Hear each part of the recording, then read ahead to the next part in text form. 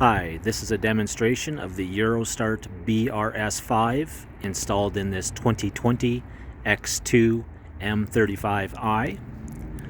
With this remote starter, you have three options to remote start the vehicle. You can use long-range two-way remote controls.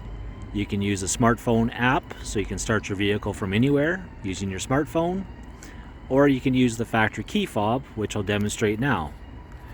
To start the vehicle, simply press the lock button 3 times, and on the last press and hold it for 2 seconds. Park lights will confirm, and it'll start up in a few seconds. There it is, it's now running. With this starter, you can also have it activate the driver's and passenger's heated seats at your desired temperature level settings. If the interior temperature of the vehicle is below 50 degrees Fahrenheit or 10 degrees Celsius. The default runtime is 15 minutes, and if you'd like to turn it off before that, simply press the unlock button and then the lock button.